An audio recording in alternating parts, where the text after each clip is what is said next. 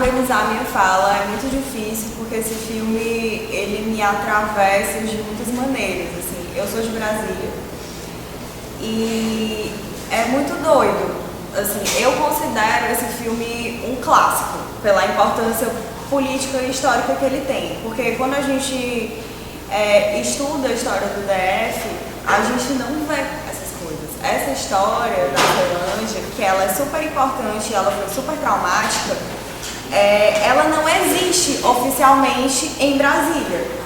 É muito provável que você vá conversar com uma pessoa de Brasília e ela não saiba que isso aconteceu. Do mesmo jeito que a maioria das pessoas no Brasil também não sabe que isso aconteceu. Para o Brasil, Brasília é só esse lugar onde está havendo os procedimentos do golpe. Tipo, e na verdade existe todo esse contexto que eu acho muito importante que seja falado. E tem uma pira pessoal, assim, de revisitar a minha própria vida. Como eu ouvi que não existe periferia em Brasília, que não existe pobre em Brasília. Porque você pega os pobres, você joga eles para muito longe de você e você não precisa ver, você não precisa lidar com isso. Você não precisa lidar com a luta de classes, mas ela não deixa de existir. Documentário híbrido é o que esse filme é, certo? Ele é um documentário, mas que ao mesmo tempo você percebe claramente que ele é uma ficção. E esse conceito, ele vem da antropologia. Existia esse antropólogo chamado Jarmusch, que eu não sei se alguém aqui já ouviu alguma coisa dele, mas o Jarmusch, ele era antropólogo, mas ele se tornou cineasta, apesar dele não se dizer cineasta, ele sempre diz que ele é antropólogo. Mas o que acontece? Ele é francês e ele foi estudar, como todos os antropólogos franceses, foi lá estudar a África, né? Esse lugar exótico para a França. Aí chegou lá, porque é muito comum na antropologia essa coisa de você fazer filme sobre o seu objeto de estudo como um registro, né? Para você melhor observar de fora aquilo que você está estudando. Só que o Jarmusch, ele começou a fazer filmes propositivos com essas pessoas. Ele tem esse filme maravilhoso que é o Cocorico Monsieur Poulet, que tem algumas coisas muito parecidas com A Cidade de Alma, só com essa questão do carro, né? Porque o filme todo são esses caras nesse carro muito velho que vende frango e eles ficam viajando e o carro quebra várias vezes, mas é tudo uma grande ficção. E a ideia é essa questão da ficção de si. De você chegar para uma pessoa e dizer, eu quero fazer um filme sobre você, como é que você quer aparecer no filme? Então não é o realizador que chega e eu sou o dono da verdade, a câmera é a dona da verdade, nós vamos aqui contar a verdade sobre essas pessoas. A verdade sobre essas pessoas não é importante, tanto é que é tudo mentira. O Dildo não é candidato a deputado distrital. O vídeo das crianças, no final a gente vê que foram eles que fizeram. No começo do filme você pensa que ele é realmente o documento da época. Então, você até não sabe direito, é muito difícil saber o que é verdade, o que não é verdade, porque o que é importante não é isso, é como essa pessoa quer se colocar. Ela roteiriza essa representação. E a gente sabe, assim, eu não sei o quanto que vocês já adentraram esse assunto, mas é um assunto que particularmente me interessa muito, a questão midiática do cinema. A relação que as pessoas passam a ter com a imagem que você vê no cinema. É muito comum, não sei se já aconteceu com vocês, de, sei lá, um filme sobre as sufragistas. Aí tua avó vai ver o filme e aí ela chega em casa e diz, porque as sufragistas aconteceu isso, isso e isso, porque tava no filme, sabe que aconteceu. E às vezes não aconteceu. Às vezes o filme ele se propõe a discutir sobre, mas ele não deveria se propor a dizer a verdade sobre algo. Só que o que acontece é que o cineasta se propõe a dizer a verdade sobre algo e a sociedade entende que o cinema diz a verdade sobre algo. Então um filme como esse, ele tem um tensionamento disso que é muito poderoso para fazer você realmente discutir algumas questões que não são discutidas sobre a cidade. No caso de Brasília, é muito forte o fato dele ser um filme que fala da Ceilândia. A história desse filme é interessante porque ele ganhou um edital que era dos 50 anos de Brasília e que existiam vários editais de livros, de filmes, programas de TV, para comemorar os 50 anos da cidade. A ideia era exaltar a cidade. E aí o cara pega essa grana e ele faz um filme esculhambando a cidade. É maravilhoso, assim, porque não é nem esculhambando, mas na verdade mais do que esculhambando, contando a história que ninguém conta, que ninguém quer falar sobre isso. Ninguém quer falar sobre a Ceilândia. As pessoas, sei lá, da Asa Norte, que é de onde eu venho, é tipo assim, a Ceilândia não é Brasília. E o que é Brasília? Sabe, assim, é uma pergunta que esse filme faz, assim, porque na verdade até não é a cidade é uma só, não é uma afirmação, é uma pergunta. A cidade é uma só? E a resposta é não. A cidade não é uma só. Por quê? Na hora de pagar imposto, a Ceilândia paga imposto. Na hora de ter infraestrutura, a Ceilândia não tem infraestrutura. Quando o Branco Sai Preto Fica, que é o segundo longa do Adilei Queiroz, ganha um prêmio no Festival de Brasília, ele é um filme de Brasília. Mas ele não é um filme de Brasília, ele é um filme da Ceilândia, porque a Ceilândia não se considera Brasília. Vocês podem reparar que nesse filme também ele coloca no final, Ceilândia DF, não é Brasília DF.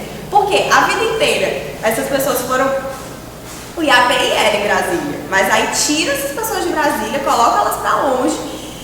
Ao mesmo tempo que a cidade, ela não existe, assim, o plano piloto, ele não é autossuficiente enquanto cidade. Quando, assim, eu andei, porque o meu TCC vai ser sobre o Branco Sai Preto Fica, que é esse segundo longa do Adilei, que ele é uma progressão desse raciocínio que ele começa nesse filme. Assim, eu comecei a estudar muito sobre essa questão de direito à cidade. Tem esse livro que se chama O Direito à Cidade, que é do Henri Lefebvre, e tem O Que é Cidade, que é um livro bem didático da Raquel Ronick, que é muito legal porque ele parece um livro de escola mesmo. Ele explica tudo bem direitinho, então para quem não estuda arquitetura é ótimo que você entende conceitos que talvez fossem óbvios para uma pessoa que estuda, porque o livro do Lefebvre é uma coisa bem mais densa.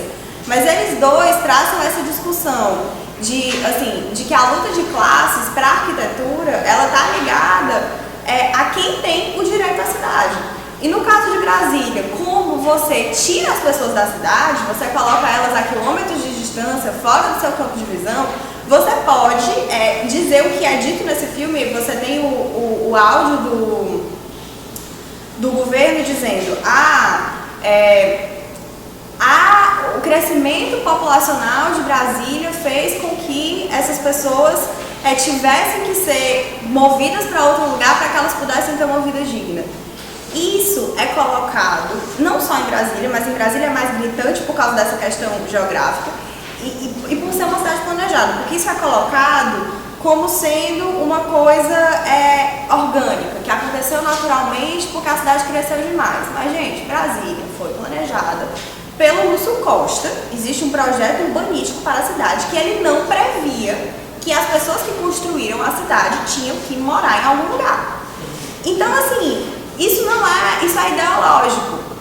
E a Raquel Ronick fala uma coisa que eu acho muito interessante, que é assim, que você pode ler a arquitetura de uma cidade como se fosse um livro. E você vai ler, se você observar dessa forma, que os tijolos, eles contam a história e a ideologia dessa época.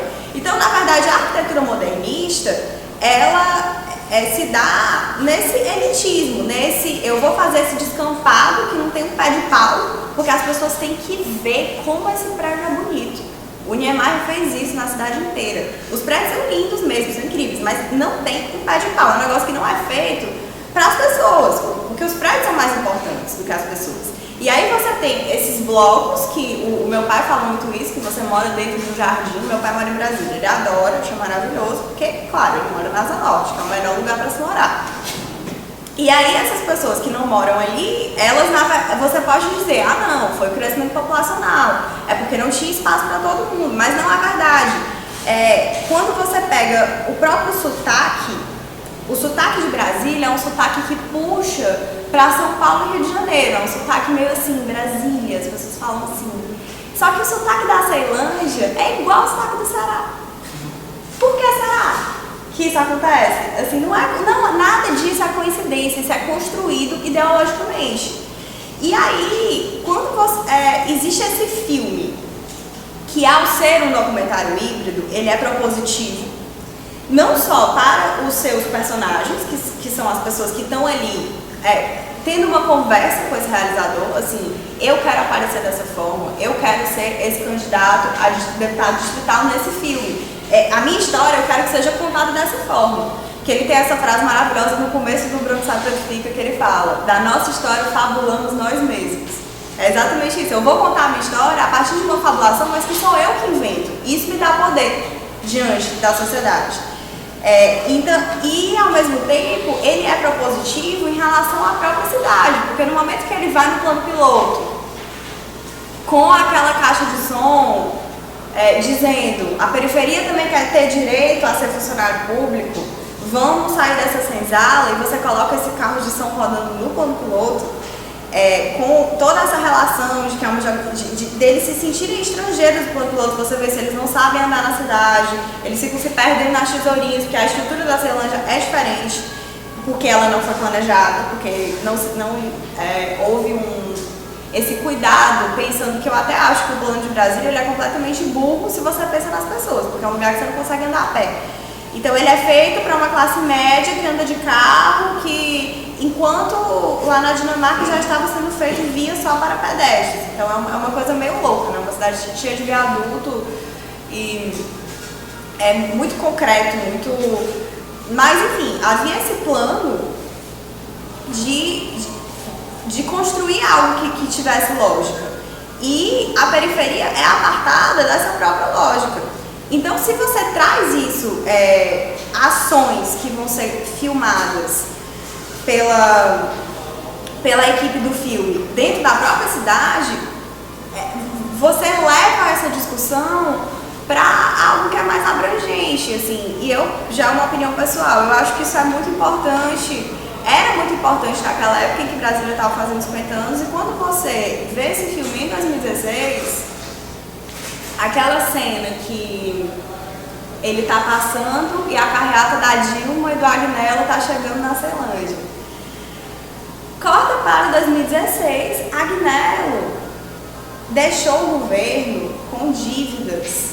O GDF tinha dívidas de um tamanho, por causa da corrupção do governo dele, que não dava para capinar o Sudoeste, que é um dos bairros. E Brasília tem muitos esses gramados no meio das vias. Então você tem que capinar, uma coisa que tem que estar no orçamento, porque senão vira um monte de mato a cidade. E não tinha dinheiro para isso, porque a gestão foi feita dessa forma. E a Dilma, a gente viu o que aconteceu. Assim, de repente teve esse golpe, porque havia uma crise de representatividade enorme, que em 2012, na Ceilândia, isso já estava completamente claro, porque essas pessoas são faxineiras em Brasília e elas não se sentem representadas. Mas, na verdade, você pode, a partir desse microcosmos, pensar no Brasil inteiro. Então, assim, acho que existe uma abertura de caminhos para uma reflexão política a partir das reflexões que são feitas nesses planos do filme, assim mesmo, se você for pegar, porque eu nem sei se eu concordo com esse tipo de análise fílmica, mas porque eu acho que a coisa está muito imbricada com o todo e com o contexto, que não dá para você separar e pegar um plano. Mas se você separar e pegar um plano, mesmo assim você vai ter um resumo do que está acontecendo agora, assim. E de repente, as fotos das crianças que foram cantar, e isso está no filme. Ninguém quer saber dessas crianças em Brasília. O que aconteceu com elas foi que elas viraram faxineiras de algum lugar e foram morar na Santa Maria, ou foram morar na Ceilândia, ou foram morar em Taguatinga, que são esses satélites maiores, né? Então, o que pega mais forte para mim, pessoalmente, de novo, é essa questão de como você é capaz, a partir de um documentário híbrido, havendo essa proposição de parte a parte, inverter esses papéis e criar alguma coisa diferente, assim. E para uma pessoa que é de Brasília, para mim, quando eu vi esse filme, foi muito imageticamente impactante. Você é a mesma cidade, mas exatamente porque ela não é uma só, dependendo para onde você aponta a câmera, você pode nem reconhecer Brasília nesse filme, porque ele está olhando para lugares que o cartão postal não olha. Então, me parece forte, é isso, eu acho muito forte.